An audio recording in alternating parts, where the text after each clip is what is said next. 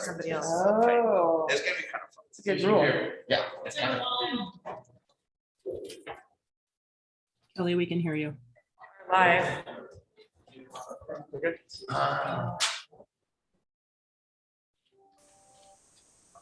Okay, well, it's 6 o'clock and we will go ahead and start the regular city council meeting of Lake Stephen City Council. It's Tuesday, November 23rd, 2021 at 6 p.m. We are holding this meeting in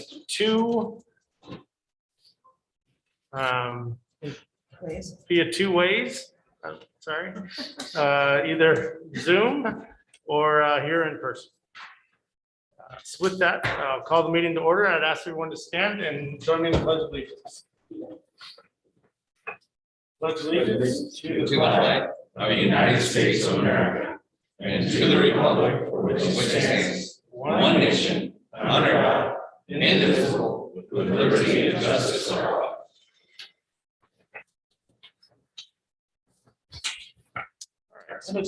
that. Clerk Schoen, can you give us a roll? Yeah. Councilmember Daughtry, Here. Councilmember Peterson, Here. Councilmember Frederick, Here. Councilmember Dickinson. Here. Councilmember Jorstad. Here. Councilmember Ewing, Present. Councilmember Tackett. Present. All right, sounds like everybody's here. And Council President, we get an agenda, please. And if we, as part of the agenda, I got it. get the executive session. All right, so one of the things we're going to do is take the executive session off tonight. That's one thing that's going to be done. Is there anybody else that has anything that they want to add or distract from the agenda tonight? I have excuse me, a question on the minutes. Okay. Would that be appropriate to bring up at this point? We'll take, you want to take the minutes off the consent agenda and do it for discussion or an action? Whatever you would prefer. I believe there's a typo in page 23. Can we approve the minutes with the typo? Thanks. Whatever you prefer, Gary. Is Do it you want to All right, take it let's- off and put yeah, it down on? to discussion if we could be the November 9th. for minutes. action? Okay, the November 9th minutes off onto an action item. And the executive session. Or what you could do is under discussion of the motion of the consent agenda, you Yeah. can make that correction. Yeah, we can do that too. All right, you want to do it that way? Whatever you want to do. It's fine with me. Hey, let's go ahead and do it that way. We'll do it under the motion for this consent agenda. So right now, we're removing the executive session. Anything else from anybody on the council? I move to approve the agenda minus the executive session. Second, the motion. Okay, it's been moved and seconded. Any discussion on the motion? Seeing none, call for a vote. All in favor, say aye. Aye. Any opposed? Any abstained? Passed unanimously. Mr. Mayor, you have an approved agenda. Excellent, thank you, President. So with that, we'll go to citizens' comments, and for citizens' comments, we provide 3 minutes to citizens to make a statement to the council. And I don't have any green sheets. I think the clerk is checking that.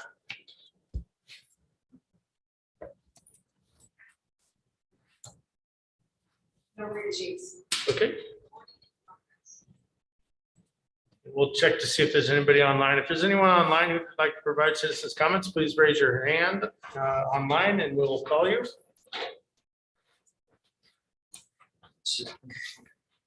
We have anybody in citizens' comments for the online? I am not seeing any hands. Okay, I'm not seeing any either. So with that, we'll move ahead to council business. Council President. All right, thank you, Mr. Mayor. Let's start with, who do you want to start with? Let's go with Marcus. Thank you. Happy Thanksgiving to everyone coming up this week. Very exciting time of the year. A lot of holidays coming and our city is full of fun stuff going on. And I hope that everyone who's remoting in can see how great our community is going to be coming up. I sat in on the Chamber of Commerce, as I'm the liaison for today, and there's the grocery outlet bargain market who is coming on board in our community. And I had such a great conversation with him today, and I look forward to going touring his place coming up. And he said that Lake Stevens really needs a spot for a discount grocery market coming up. And during the conversation, the Lions Club brought up that they're going to do several things. And they said, is there a chance that we could come up and sell tickets up at your place? And he said, we are so excited to be such a part of this community and so excited to do that. Absolutely. And the opening day is going to be December the 2nd. Is going to be a ribbon cutting. And I hope that all of us council members can be such a part of this, that we can go and be part of a community member who is going to open up a vacant spot that's been there for several years. And I hope we can all be there part of the ribbon cutting with the Chamber of Commerce and everything. But I'm really excited to be part of it. The gentleman's name is Tim. And his two brothers that came up from Portland, and they're opening this store because they're so excited to be part of their community and that they moved up here to do this. And it's really exciting to have a new grocery store in our community who is excited to be just be part of the community and say, yes, you can sell tickets, you can do everything you want to do here. We're independent, but they're here to be excited and be part of our community. And they said, we've embraced them so strong. And I hope that we can all be part of that. So just, that's my report for today. Thanks. There, thank you. Councilmember Torstad. Nothing for this evening. Thank you. Thank you. Councilmember Peter Sagan. Excuse me. Yes, just to clarify, Marcus, ribbon cuttings at 7:30, bright and early on December 2nd. 7:30 a.m. So Yes. hopefully everybody can join in on that. And then also congratulations to my fellow council members. Election has been certified. And so time to move forward. So congratulations. Councilmember Ewing. Yeah, at a youth advisory council meeting last week, I've got an outstanding group of folks. I want to thank the mayor for the community advisory council. I had a couple other of our council members that were present with that, and I appreciate the viewpoints shared. Really a diversity as I see it, just a broad perspective of folks weighing in on issues facing the city. I guess in line with Councilmember Peter Shagan, would like to congratulate Steve Hobbs, Secretary of State from Lake Stevens. That's awesome. Was sworn in yesterday. And also recognize Bill Don Kirby and Nina Kim, who won their positions for the school board. I'd like to congratulate them as well. The Church of Jesus Christ of Latter-day Saints and Bloodworks Northwest is hosting a blood drive on December 3rd at the church building up on Chapel Hill Road from 8 a.m. to 2 p.m. I don't know how many slots are available. Just appreciate Bloodworks Northwest working to provide a valuable service to our community. And also just want to thank Sarah Jensen, all those responsible for the Winterfest. Talked to a business owner new to the community, and they said, what's new to do in Lake Stevens? And so we're really excited to hear about that event that's going to be here next Saturday, and love all the Christmas lights or holiday lights that are up here in town. So thank you to all those responsible for that. Thank you. Councilmember Frederick. Thank you, Councilmember Daughtry. Like Councilmember Ewing, I also attended the Community Advisory Council. And I do want to echo his comments. There was a lot of conversation specifically around future planning for community events. And there was definitely a lot of conversation around making sure that whatever those events would be, that they would be culturally appropriate, which I thought was a key detail in those conversations. I also attended the Youth Advisory Council, and that group of kids continues to be really impressive in their efforts to not only continue, but increase the amount of community service projects they take on, and reaching out to other youth advisory councils in the region. So really looking forward to watching their work continue. This past Saturday, also attended the Veterans Commission Coffee Klatch, which was attended by several veterans, mostly Navy, which is always fun being a former Navy chief. Sean, stop it. There was a distinct absence of Marines. At the event. So I don't know what to say there. Apparently, they were landing somewhere else. We landed on the beach. But it was really a good time, and also a lot of conversation there at the commission, at the coffee klatch, about steps that could be taken to increase the presence and activities of the commission and ultimately of the Veterans Foundation. So really looking forward to continuing that work. Okay, thank you, Councilmember Dickinson. Thank you. Yes, happy Thanksgiving to all of you. And the days are going to just start tumbling right out of here. I can't believe we're at the end of a year. Blows my mind. So yes, I was at the CAC meeting as well, a Citizen Advisory Council meeting. And I was so thrilled, and I do have some questions for the mayor, but I don't have to ask them now. But I was thrilled at the enthusiasm for some kind of cultural event and how we could do that. And I, as a Spanish teacher, I do have some experience with those kinds of things. Down in Florida, we had St. Petersburg Folk Festival that was so fun. So I just think that's something I would love to be involved in, but since I didn't ask Kelly, I don't know if I'm allowed. I'm not a liaison, so just saying. So council comments. I received a certificate of municipal leadership from the Association of Washington Cities for the 30+ hours of workshops that I attended.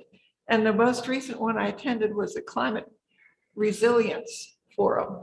And it's got me really thinking about how we stand in Lake Stevens as far as the environment is concerned. And I specifically asked them, can you come up with a rating for Lake Stevens or any municipality? Do you rate your municipalities in this area? I'd love to know how we're doing. And I know we're working very hard. So I just love to see some facts, just get some details. I don't know if that will happen. But otherwise, life goes on. And oh, by the way, I won't be Zooming from here on the next meeting. I'll be Zooming from Texas. I'm down to Texas to be with my grandson and my son and my daughter. And so I'm very excited about that.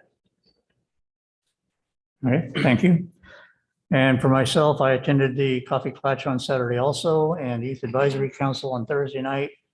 The Youth Advisory Council is in negotiations with some other councils in the area. This is what I'm going to talk to you and Sean about, Steve. Barb Tolbert, Mayor Barb Tolbert from Arlington has extended an invitation to all the Youth Advisory Councils to have a major kind of a conclave in April or May. So they're getting ready to start on planning that on the 8th of December. So that'll be interesting to see what they come up with.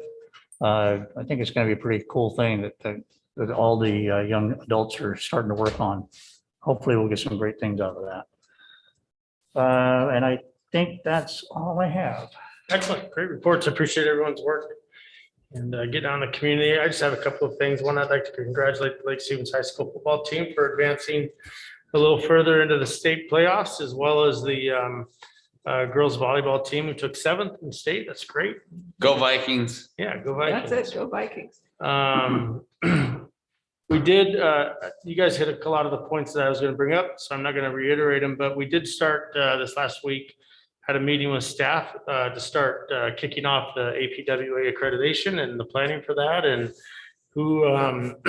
who's in charge of what and it's got to get what done. So wanted to let the council know that we're already starting on that plan and getting going on that. So with that, do I have any directors updates? Anybody? Any? Okay. So with that, let's go to, we have a visitor tonight, virtual visitor. We have Mark Barkley from the governor's office. He's the assistant director of local government division. And he has an award for the great city of Lake Stevens. So Mark, you have the floor. Thank you, Mayor and Council. I really appreciate your time and allowing me to speak today. And so we'll get right to it. On behalf of the Governor, Jay Inslee, and my director, Lisa Brown, I'm pleased to present on behalf of the Governor, the Smart Community Award to the City of Lake Stevens. I believe you've already in receipt of that and your certificates, but I just wanted to take this time to say a few words. So this award highlights the governor's commitment to preserving and protecting Washington's inviolable quality of life. It recognizes the hard work of your residents, your businesses, and yourself, your local officials, to promote a clean environment, a healthy economy, and high quality community. All of these attributes make a great place for the people to live in this state, to work, to play, and to continue attracting top talent for businesses from around the world. Today, we are celebrating Lake Stevens Downtown Sub-Area Plan. This collaborative effort engaged the community to produce an innovative solution that is a model for other communities to follow. The plan identified fundamental concepts to create a dynamic and transformational downtown that honors the past as well as looks forward into the future. The implementation of this plan includes many projects beginning to revitalize your downtown as a civic hub and a community gathering place.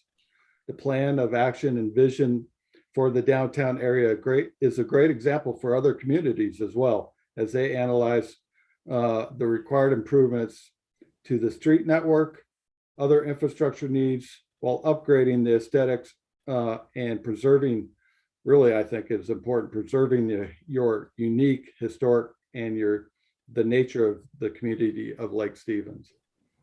Also exceptional to this plan is the growth strategy and economic assessment that created a roadmap for improving the city's fiscal condition while creating a defined destination through innovative placemaking efforts. This included actions to ensure future development that meets the needs of the community and the residents as well as the businesses to continue to attract new business and provide jobs, services, and retail opportunities. Judges noted the new Festival Street Mill Spur as a great idea for creating a gathering place for all that encourages the downtown retail shopping while providing connectivity to other gathering nodes, like the site plan for a historic museum. The plan serves as a model again for other communities to transform their neighborhoods in a meaningful way. Thank you, Mayor Guiley, former Mayor Spencer, City Council, Planning Commissioners, both past and present, for your commitment to strengthening Lake Stevens community, and a special thanks to your city staff involved. A special thanks to Jean Bazil, City Administrator, Russ Wright, your Community Development Director, and Eric DePose, the Public Works Director. Again, thank you for your time and opportunity to speak with you today, and truly appreciate all your efforts, and congratulations. Thank you. Thank you, Mark. I appreciate your words on this. And I would like to, if it's okay, I'd like to turn a little bit of time over to Director Wright. He's absolutely pivotal in this award, and I know he has a few words he'd like to say. Great. Thank you, Mayor. Thank you, Mark, for your kind words and for the introduction of this award and selecting the city. We're very grateful on behalf of the mayor, past and present. With this award, what was really interesting about this plan is it was truly community-based. Some of you were here, some of you weren't. Some of you might have been on a planning commission, some of you might have served on the advisory committees. What we did is really bring the entire community together, different interests, from business interest, environmental interest, recreation, community leaders, service clubs. We all had a part in this plan, and it's led to this building we're sitting in today. The Festival Street next door is under construction. Obviously, the reconstruction of this park. And as Mark mentioned, we set out some fundamental goals, which were, one, a community gathering space. Again, here it is. The park, there it is. Improvements to the road. We've had the first part of our multi-use path on Main Street, which is going to be continuing, and we have partial funding for. And then obviously the Festival Street. So this community had the vision. We were able to articulate their desires to really make Lake Stevens downtown its own unique place. It had a downtown, but unlike Snohomish or Edmonds, it really wasn't defined, since this is a fairly new city and there's been a lot of reconstruction. So this really gives this community the opportunity to place make based around this downtown. And again, what was very important, and Mark used the language that we've talked about throughout this planning process, is looking to the future, but honoring the past. So that's in the design aesthetic that's coming through, the naming of the different facilities. So this has been an incredible plan to be part of. And it's thanks to the council and your support that you've allowed us to see this vision through for the community. So thank you, council. Thank you, mayor. Yeah. Thank you. Good night.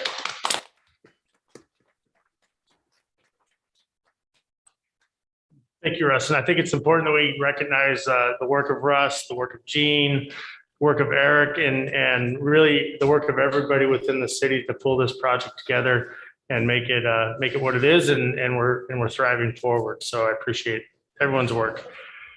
Mark, you see the governor, tell him hi and thank you for the award. Thank you very much, Mayor. Have a good evening. With that, let's go to the consent agenda. I get a motion to pass the consent agenda. Move to approve the consent agenda. Second. I have a motion and a second, and then the discussion on the correction. Council. Excuse me. On page 23 of the packet, there appears to be right at the top there, it talks about, these are the minutes from November 9th. And it references that the ordinance 1124 will be continued to a public hearing on November 9th. And those are the minutes from November 9th. Okay, so I think we can note to make a correction on that. Thanks for catching that. You got it, Doug? Yeah. Mhm. I almost think that sentence isn't even necessary. Pardon? I think, yeah, I'm not sure exactly what happened here, but I could even just take that sentence out Okay. about it being. Do we have any continued. idea when the public hearing is going to be? All of the permissible code amendment for that to come back on those two sections. Oh, I think that's it would- going to be part of next year's work program. Yeah, I don't think we have a Since they were date. taken out, so. TBD. So do we need to take the language out of it being continued? Yeah, it wasn't continued. Those were just removed from the ordinance and then they would be their separate work programs. I'm happy to rework that and bring that back to your next meeting. Yeah, I don't, just so it's correct. Sure, absolutely. Yeah, I'm not sure. I just don't know what's happened there, so I apologize. And then page 24, it also talks about discussion items, 2021 comprehensive plan docket briefing. It talks about we're going to have a public hearing, potential adoption on December 14th. And obviously we don't have a council meeting on December 14th. So I actually was gonna bring that up tonight, or the mayor. would like to speak Right, to that? so we do need to have a meeting in December and it looks like it's gonna be the 14th. So I know I sent you all an email saying that the 7th would be our last meeting, but there's been a correction to that. It should be the 14th. Oh, okay. All So thank you for catching that. Okay. That's all. Okay, so we'll make those corrections. We also meet the 7th. Okay, Do we also meet the 7th? no, just the 14th. Okay, all right, thank you. 14th. So Councilmember Peter Shagan, do you want me to rework that and bring it back to consent? Do you want to pull it tonight, or do you want me to just strike that out? Just strike it out Okay, to be determined at Yeah. a later date. Okay, so I have a motion to pass the consent agenda with those corrections. All those in favor? Aye. Any opposed? All right, so with that, let's move forward to a public hearing on ordinance 1128, second and final reading of the 2022 budget. Barb. Thank you, council. It is my pleasure to bring you the public hearing number 2 on the 2022 budget. There have not been any significant changes since it was brought forward at public hearing number 1. I will reiterate our budget priorities this year are American Public Works Association APWA accreditation, as Mayor Gailey just mentioned. That is already getting worked up and getting started. Complete capital projects already in process. As you can see later in our capital projects that are in the budget, we are working on that. Streamlining citywide processes to increase levels of service, enhance transportation, and park and recreation. This is a look at our proposed budget. This is our estimated beginning balances, revenues, expenditures, and ending fund balance citywide. General fund does include the regular general operating fund, contingency reserve, permit fund, which are restricted, and then the ARPA grant fund. These are our 2022 staffing recommendations. None of these have changed since previously brought forward to council. As I mentioned, some of the positions include salaries and benefits and equipment, and some will be hired later in the year. This is a look at our 2022 proposed budget organizational chart. There is one change to this organizational chart, and it added the in gray, the third-ish row down, the policy analyst, the temporary position that was approved by council in October of 2021 for 2021. And so this just adds it into our already approved positions. So this adds 8.5 positions, 8.5 FTEs in the proposed 2022 budget. This is a look at our Park and Rec department as it will be laid out in 2022. Once we hire the Park and Rec director, we will work towards organizing that department. None of the significant items requested have changed. There have been no changes in this, and we will roll forward any unused, unpurchased items from 2021 that are still needed in 2022. And these roll forward items will not affect the overall ending balances in 2022. Again, these are our capital projects. Some have roll forward money, some have grants. None of these have changed since previously presented to council 2 weeks ago. And if council has any questions, please feel free to ask me. I don't have anything additional. As I said, there were no significant changes to the budget, even including line items. So this is our budget finalization. You can hear public comment, and then we recommend approving the second and final reading of the ordinance and adopting ordinance number 1128, adopting the 2022 budget. All right, with that, are there any questions for Barb tonight?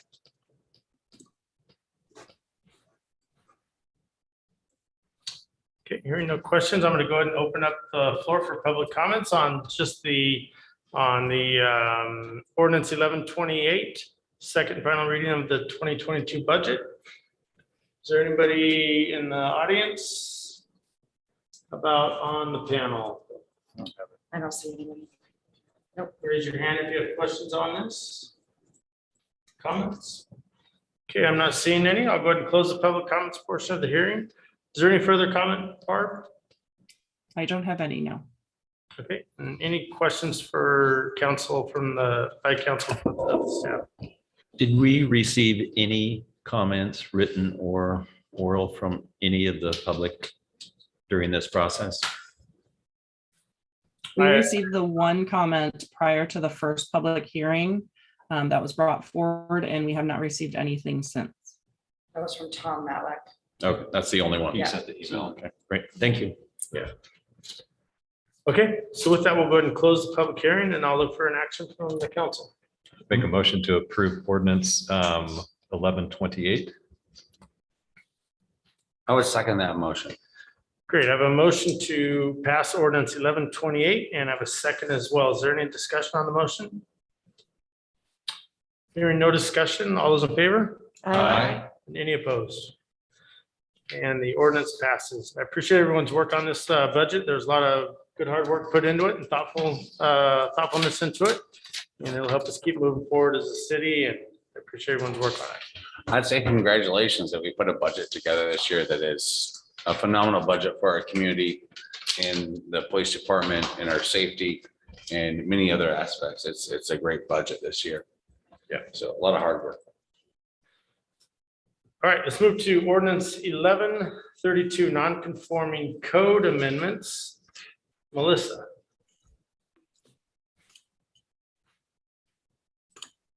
Good evening, council, mayor. Thank you, Melissa Place, senior planner with the city. I'm just going to share my presentation here. Make sure you can see it. Let me know if you're not able to. Okay, before you this evening, we are bringing forth a code amendment to our non-conforming regulations. This was provided to you as an introduction back in September, if you recall. This is actually a project that the city has wanted to tackle for a few years now.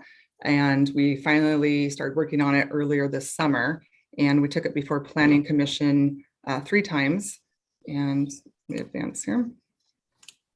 So a little bit of background on non-conforming code. These regulations address existing lots and structures and uses that don't comply with our current zoning regulations. We do have a number of non-conforming lots, structures, and uses within the city, as we did have a number of properties that have been annexed into the city and that were previously in the county. And we also have had recent zoning changes to our regulations.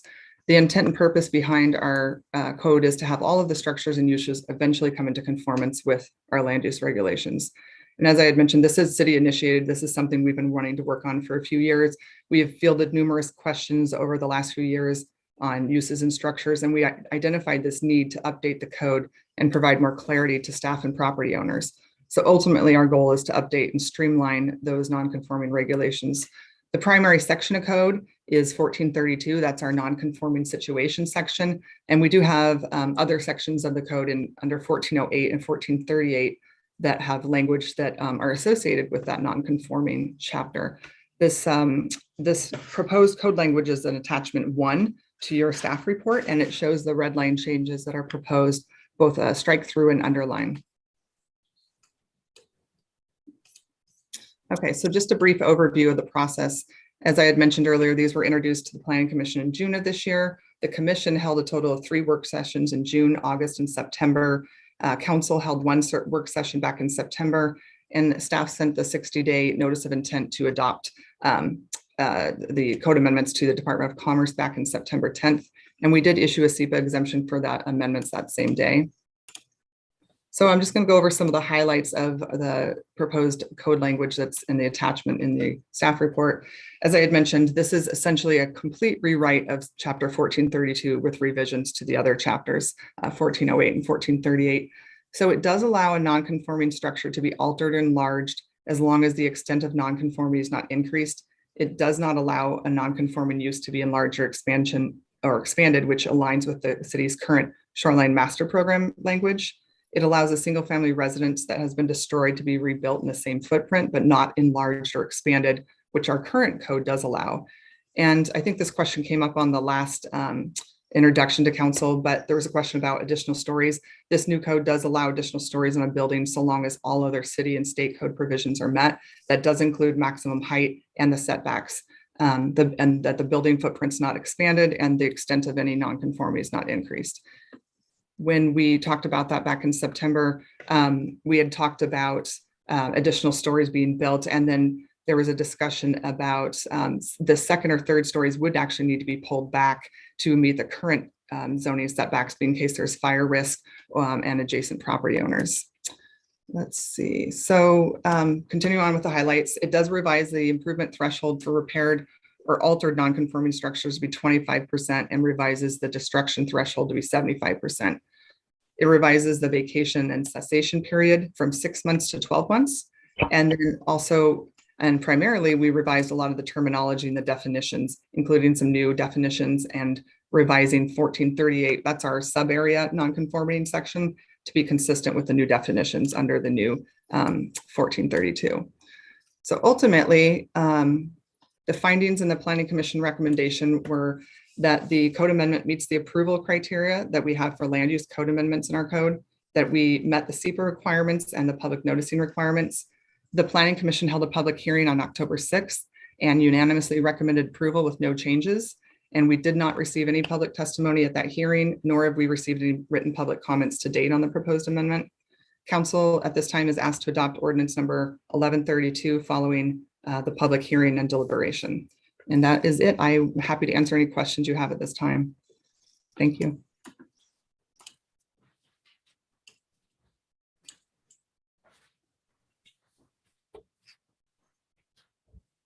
Are there any questions for me? Yeah, I do have a question. Could you go back a couple slides? Sure. One that talks about the house burned down. So allowing a single-family residence that has been destroyed to be rebuilt in the same footprint or to not enlarge or expanded, which the current non-conforming code allows. Does that mean that a single-family non-conforming residence or any residence? That means a single-family non-conforming residence. Right, So thank this specific chapter, yeah, deals specifically just with non-conforming uses or structures. All right, thank you. Hey, Melissa, this is Steve. So it says without enlarging the footprint. So is that enlarging the square footage or the actual footprint itself can't be altered? So it's the actual footprint. So it would be, on a site plan, I suppose, when you're looking at it in plan view, it's the actual footprint for the building, not necessarily the square footage. So, and then the bullet point below does tack on that additional story. So they could increase the square footage of the home, but not expand from that existing footprint. Does that help clarify? So I know a code, sometimes there's a 6-inch wall and an 8-inch wall for the footing, for the structure. So if they wanted to increase the size of that to allow for additional structure, is that allowed with this as it's written? Meaning I added a second story onto my house. I had to add up an 8-inch wall. That was old code. Now it's 6 inches. But if someone didn't have the size or the width of the, I don't know if the right term is, a footing wall, or the foundation wall, could they increase the size to allow for an additional story on that structure? I see what you're asking. That's an interesting question. I would think that we would be accommodating in that and do allow that, because if you're going to allow an additional story, you would have to make some reasonable measures to allow a building to support that additional story or stories. Yes, I think we would be able to accommodate that. I mean, if it's not expanding out feet and you're simply talking about a few inches to for the actual footing, that to me would be reasonable. And I'll add on to that really quickly. We do have other code that describes de minimis changes to structure. And so we already do have other code in effect that would allow us to review that. It's just a de minimis, a small change without a material consequence for the site development. So. Okay, thank you for that clarification. Thank you, Russ. Any other questions for Melissa? Just to note, Councilmember Tadgett had a matter to take care of and has excused himself. So with that, I'll open up the floor for public comments on just this subject. Is there anybody with public comments on this subject? Raise your hand on Zoom if you have a public comment for this subject. Anybody? Okay, with that, I'll go ahead and close the public comments portion of the hearing. Is there further comment for staff, by staff? I have no additional comment or anything to add at this point. Thank you. Okay, and any other questions for staff? Hearing none.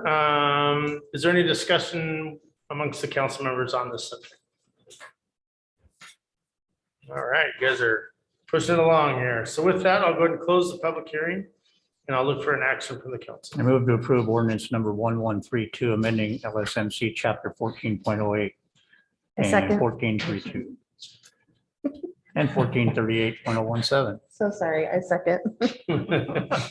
All right, so I have a motion and a second.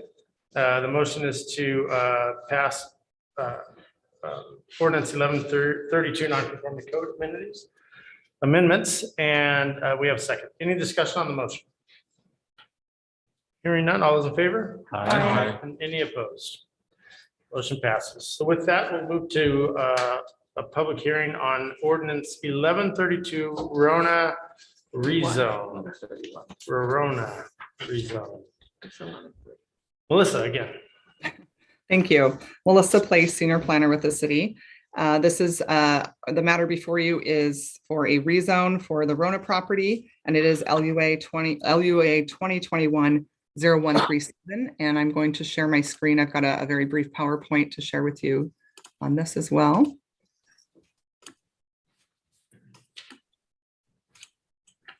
Okay, So this is a closed record public hearing this evening. That means that the public testimony won't be able to be taken, but that the decision rests on the record that is in front of the council this evening. Just going to go over a little bit of the application information. So the applicant on this is Patrick McCourt with Land Pro Group. The property owner is Rona LLC. The property address is 10212 South Lake Stevens Road. And the size of the property is roughly 5.65 acres, and that's all on one parcel. Concurrent with the rezone request was a application for preliminary plat for a 36 lot single family residential subdivision on the same property. This is an aerial of the property itself.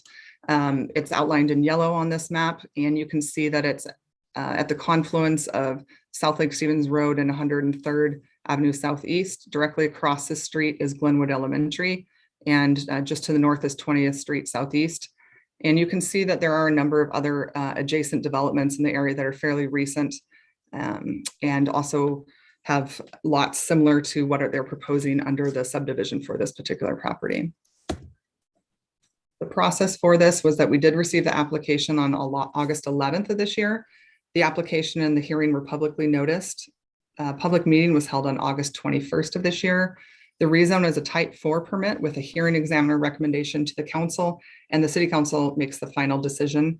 The rezone was determined exempt from SEPA, which is allowed under the land use decisions portion of the Administrative Code of Washington.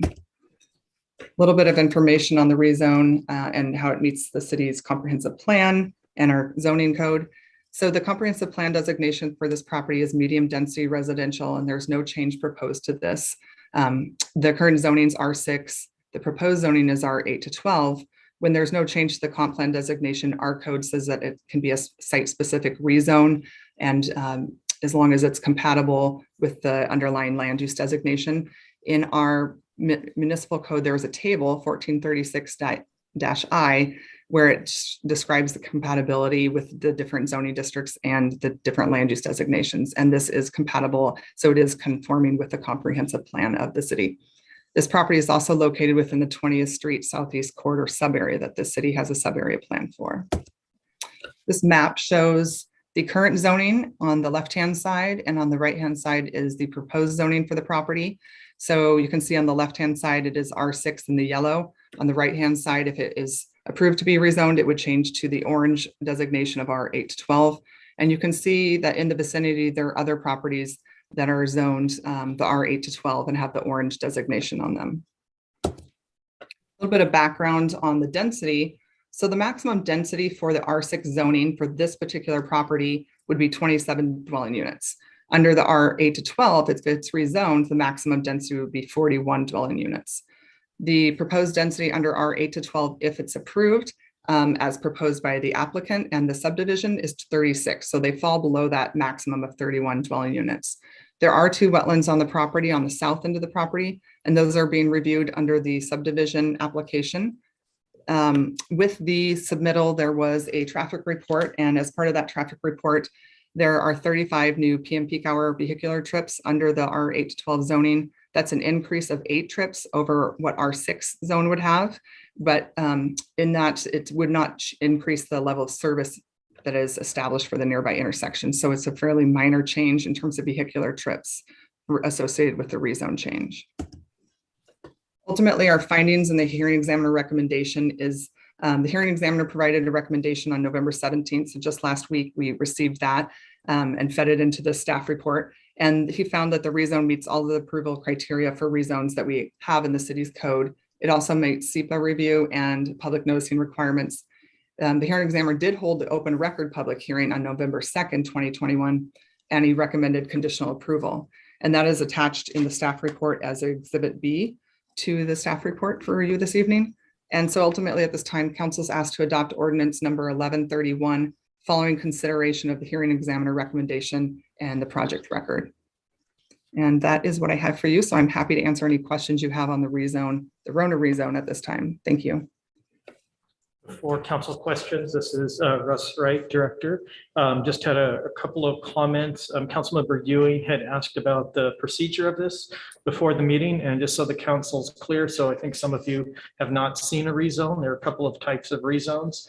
that you might see. One is, as Melissa has described, where it's consistent with the underlying comprehensive plan designation. The RONA is in that category. There's also one where there would be a change to the comp plan designation. For example, if they went to high density residential and combined multifamily, that type of application would go to the Planning Commission for recommendation and then to the City Council. So just wanted to let you all know different land uses have different processes, and sometimes they seem a little not intuitive. And I know some of you haven't seen this process before, because usually with subdivisions, those are just handled administratively. Then you see the larger things.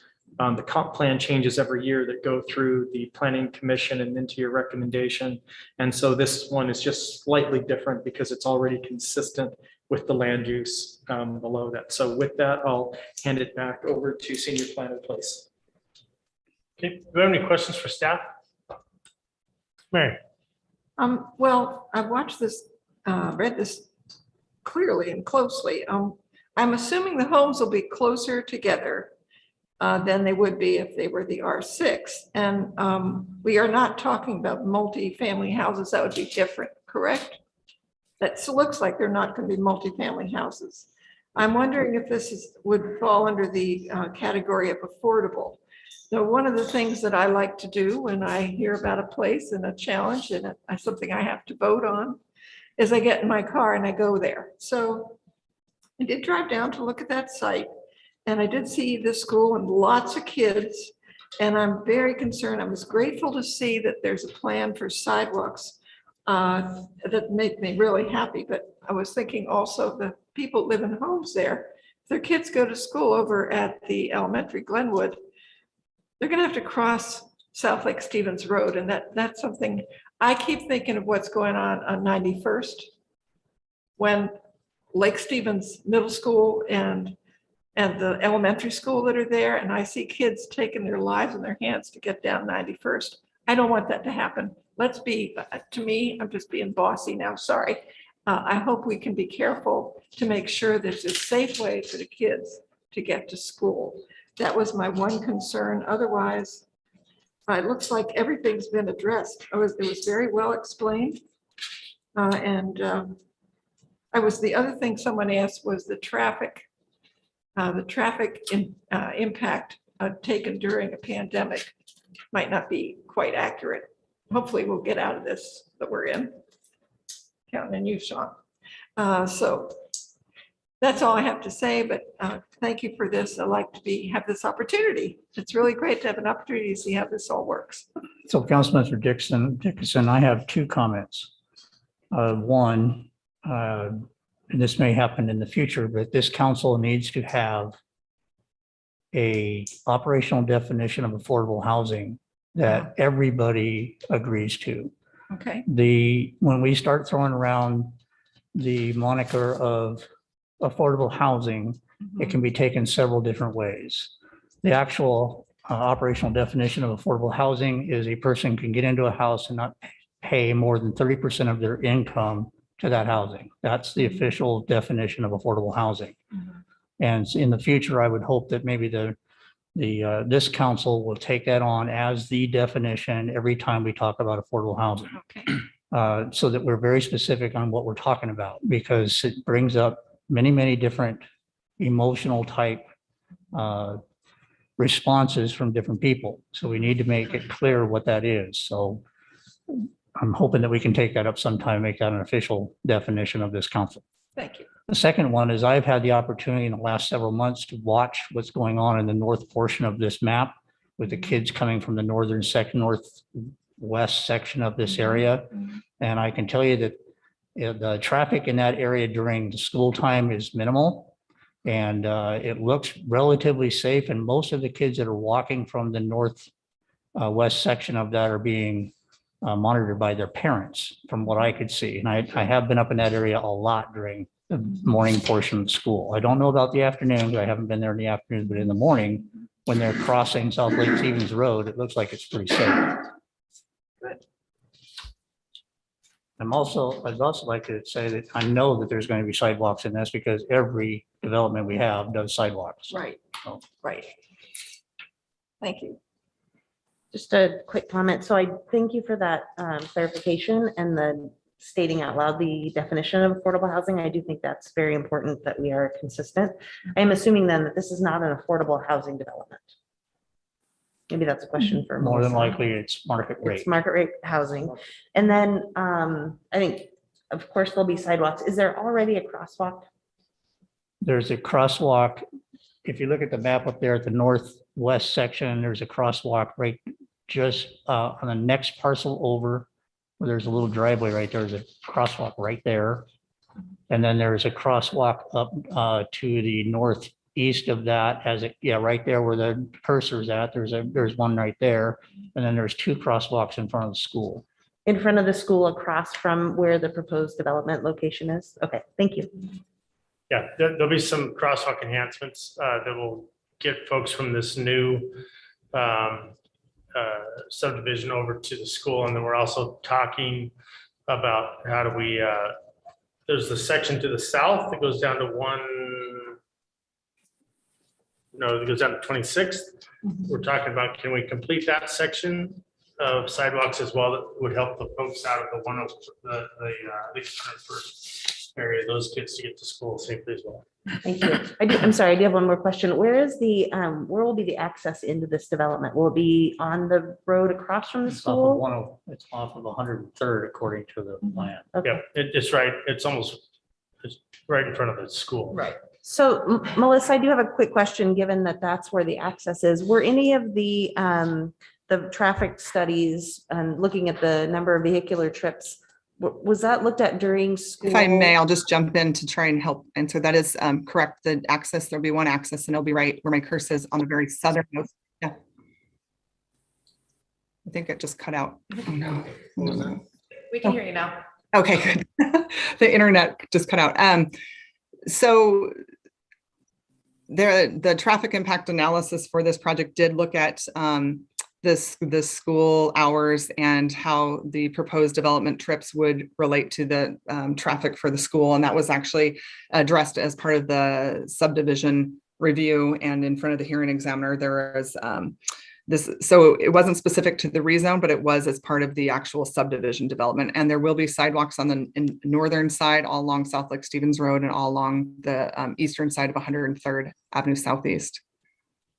Thank you, Melissa. And I wanted to just ask to address a couple of questions earlier about the multifamily residential. It is not multifamily residential. This will be single family detached residential, and the homes will be closer together because it'll be higher density, but also the subdivision that was proposed is a cluster subdivision where the homes are clustered in order to provide more open space in other areas. In terms of the affordability, that's really not something that the city reviews as part of the subdivision, but I understand that the developer would be able to probably address that specific question. Do we have any further questions for Melissa?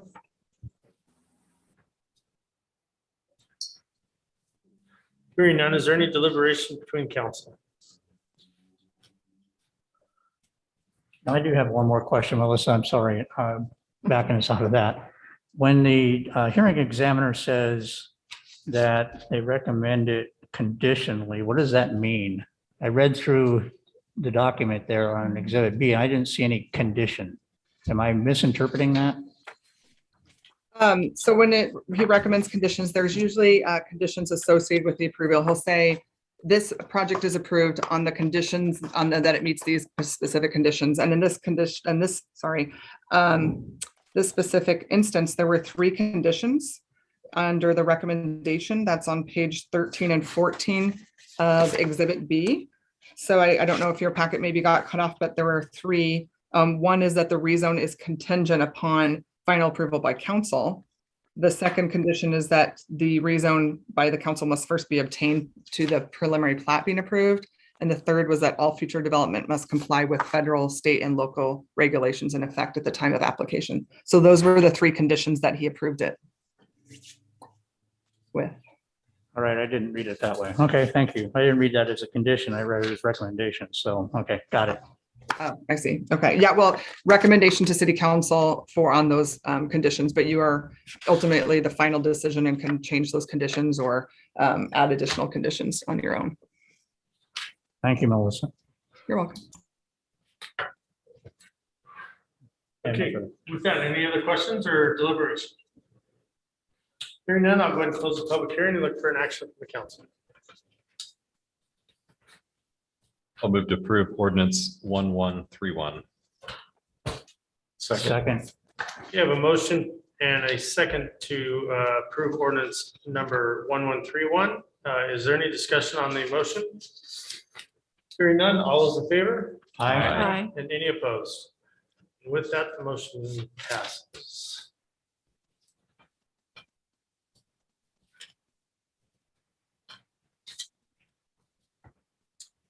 Okay, and with that, we do not have an executive session for tonight, and we come to the end of our wonderful meeting. May I get a motion to adjourn? Move to adjourn. About the 7th and the 23rd. Yes, City Clerk Challen, you have the floor. So, sorry for the inaccurate email I sent you. So we are proposing that the last council meeting of the year be December 14th. And that be and have no December 7th workshop. So just one more meeting on December 14th. We do need to take care of the comp plan and as well as a few other items. So with your permission, that's what we were proposing. Also, there is a private event here in the mill that night that was booked way before we started back our hybrid meetings. That it would make it kind of problematic for us to have an in-person council meeting that night. I think it would be very loud and a lot going on. With your permission, we would also like to have that December 4th meeting be via Zoom. Are we invited to that private event or? You know, Mayor asked me the same question. I actually don't even know what it is. No, I'd like more information on the private event. Yeah, exactly. I'd be In the happy to. future, events won't be able to be reserved for these nights, but this one was one that had been reserved quite some time ago. So, Is there a reason why we can't have our meeting on the 7th instead of the 14th? And not have it a workshop, just have it a regular council meeting? it's the 60-day notice that David was telling me on the comp plan There amendments. is a 60-day requirement. Yeah, so it can't be earlier than December 14th. We could hold it earlier, but it couldn't become effective until after that 60-day. And if there was Oh. comment during that time frame, we would have to bring it back. So. No. So you're asking if we can do, if we do the meeting on the 14th, do it Virtual. all remote. Via Zoom. I would support that. Okay. I would support just having the meeting on the 7th. I'd support either, but I still want more information on the private.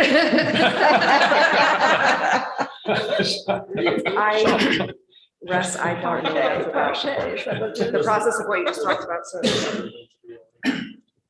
They can come 7 or 14. With council's permission, if I could meet with staff next week when I'm back in the office, and I need to find out a couple of things from them. One, the 60 days, and if the public notice has already gone out. If public notice has already gone out, I would like to hold the 14th, but let me consult with staff and I will get with the city clerk and then she can respond to council early next week. Is that the only thing we have on the agenda? No, it was a special meeting anyway, to take care of other business too.